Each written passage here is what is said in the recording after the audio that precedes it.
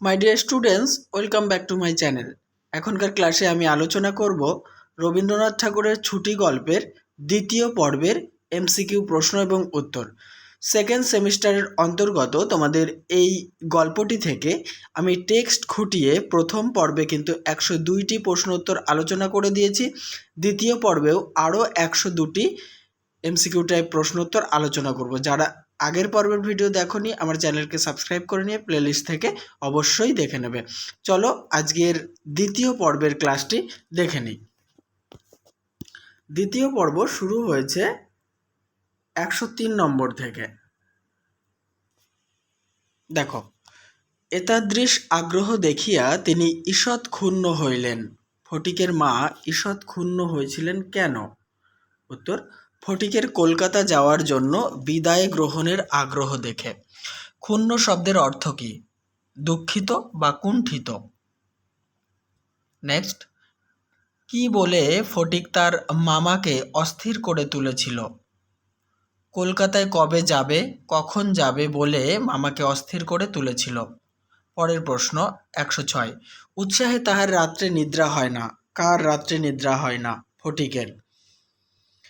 কিসের উৎসাহে ফটিকের নিদ্রা হয় না?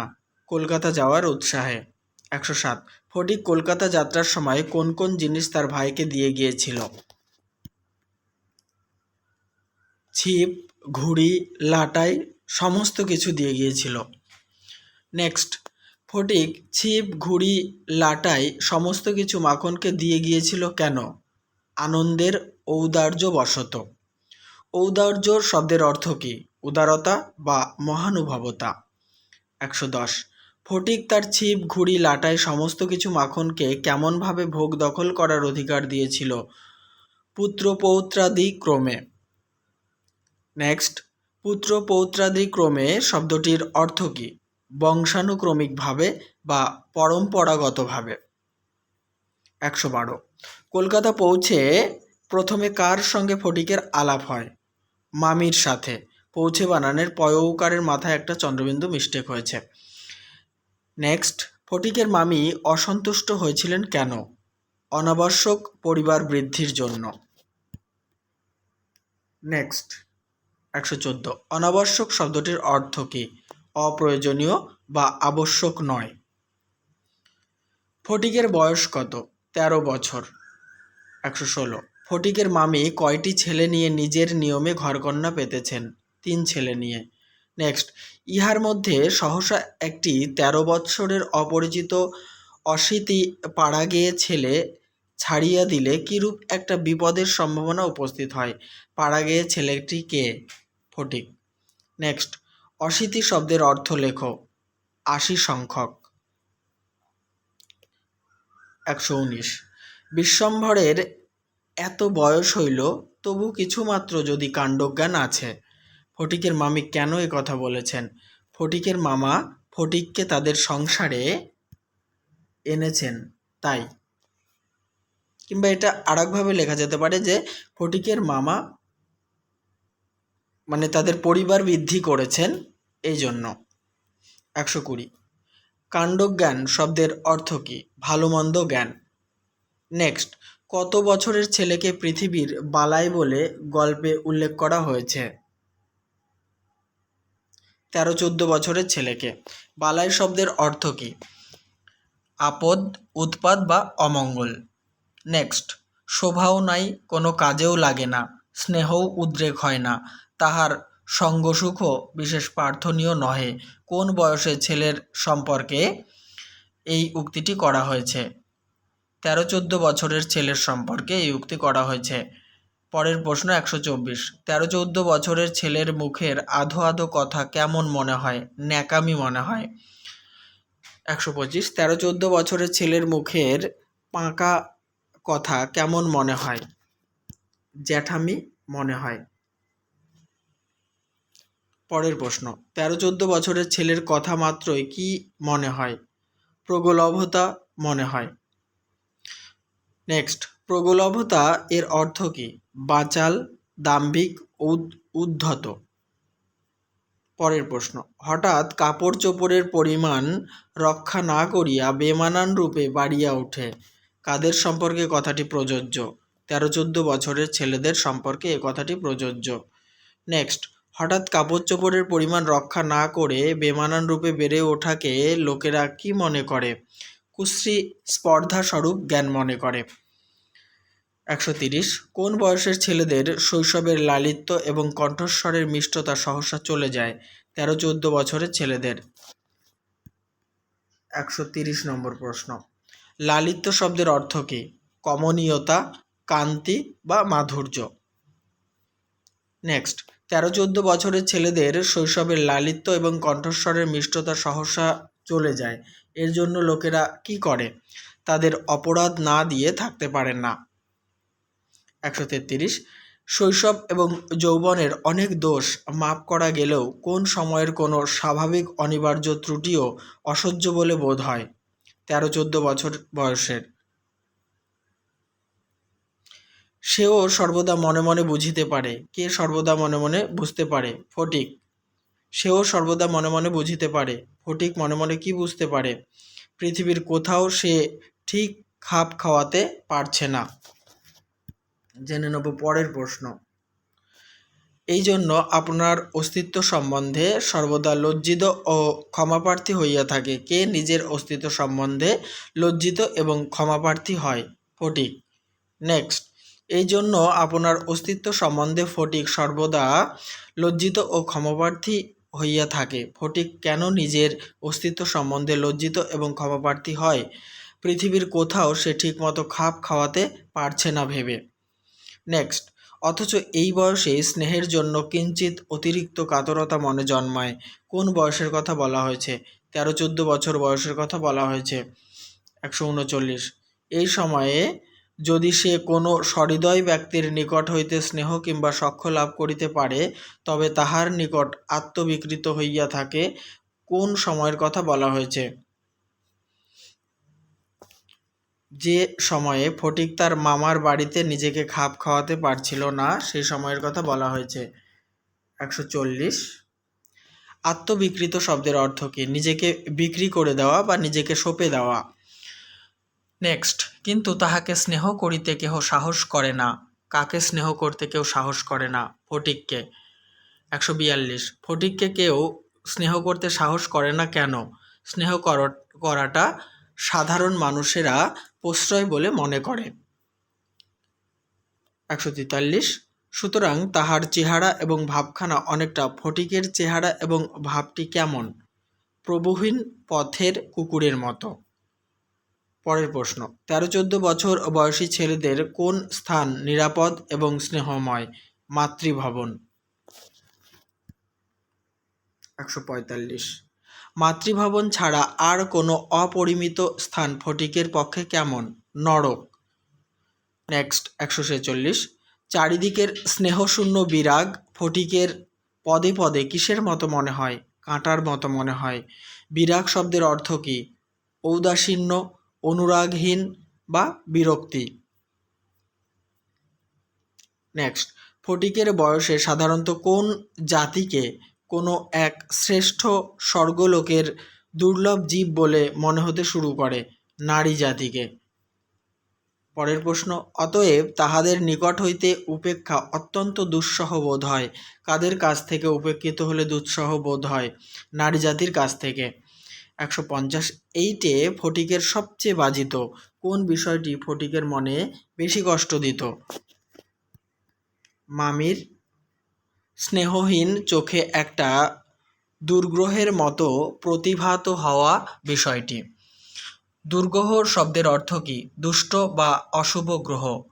নেক্সট, প্রতিভাত শব্দটির অর্থ কী? প্রতিফলিত, আলোকিত, উজ্জ্বল রূপে প্রকাশিত। তিনটের যে কোনো একটাই হতে পারে। ঠিক আছে, মানে তিনটেই হবে, যেটা অপশানে থাকবে সেটা টিক দেবে তোমরা।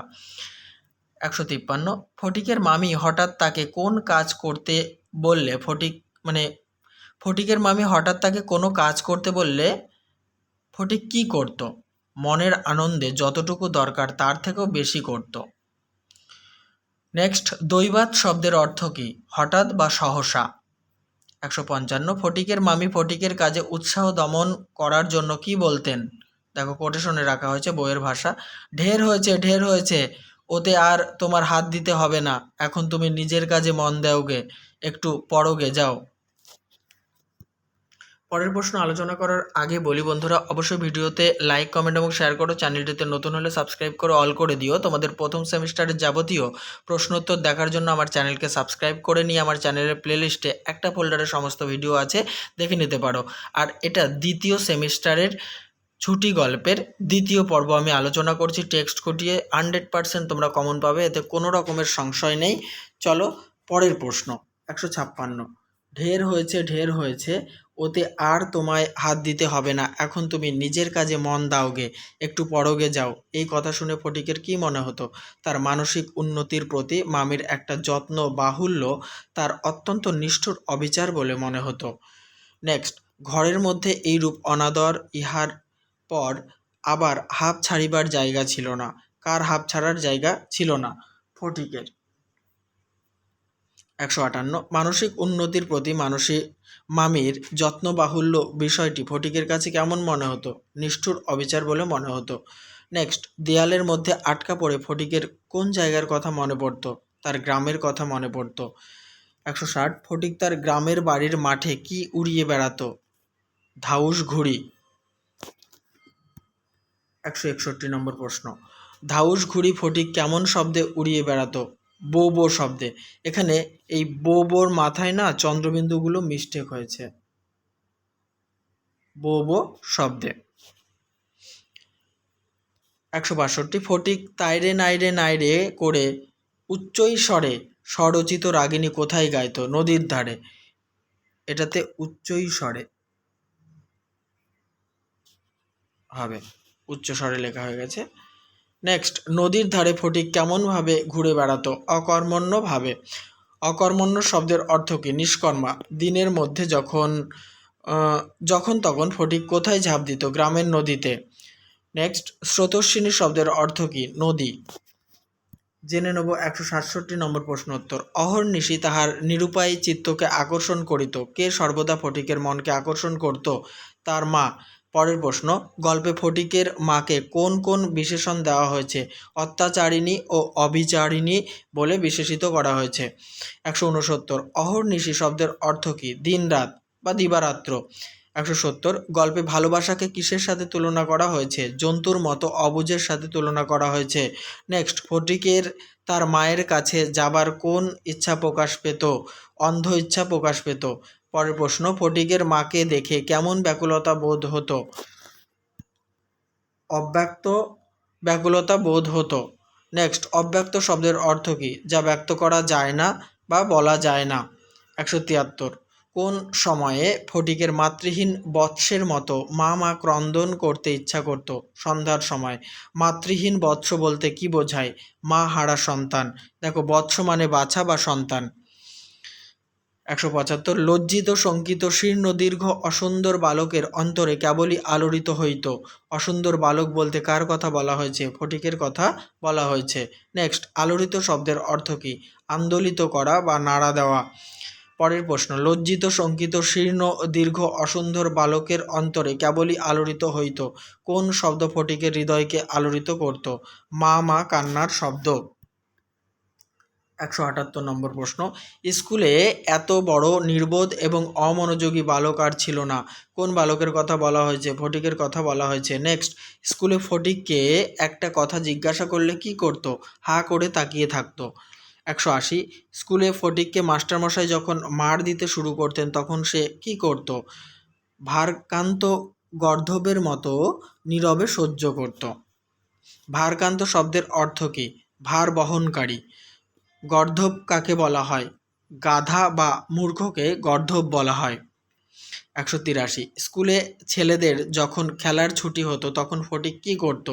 জানালার কাছে দাঁড়িয়ে দূরে বাড়ির ছাদ দেখত। 184 নম্বর প্রশ্ন, নিরীক্ষণ শব্দের অর্থ কী? দেখা বা লক্ষ্য করা। 185, তখন সেই দ্বিপ্রহর রৌদ্রে কোনো একটা ছাদে দুটি একটি ছেলে মেয়ে কিছু একটা খেলার ছলে ক্ষণেকের জন্য দেখা দিয়া যাইত, তখন ফটিকের কী অবস্থা হতো? তখন ফটিকের চিত্ত অধীর হয়ে উঠত। চিত্ত শব্দের অর্থ কী? মন বা হৃদয়। অধীর শব্দের অর্থ কী? ব্যাকুল বা অস্থির। 188 মামা মার কাছে কবে যাব? বক্তাকে, বক্তা হলো ফটিক। নেক্সট, মামা মার কাছে কবে যাব এই কথাটি ফটিক কিভাবে তার মামাকে বলেছিল? সাহসের সঙ্গে প্রতিজ্ঞা করে। জেনে নেব 190 নম্বর প্রশ্ন। মামা মার কাছে কবে যাব? ফটিকের এই কথার উত্তরে মামা কি জানিয়েছিলেন? স্কুলের ছুটি হোক। 191 স্কুলের ছুটি কোন মাসে হবে বলে মামা জানিয়েছেন? কার্তিক মাসে। নেক্সট, সে এখনো ঢের দেরি। কিসের দেরি? স্কুল ছুটির। 193 ফটিক তার স্কুলে কি হারিয়ে ফেলেছিল? বই।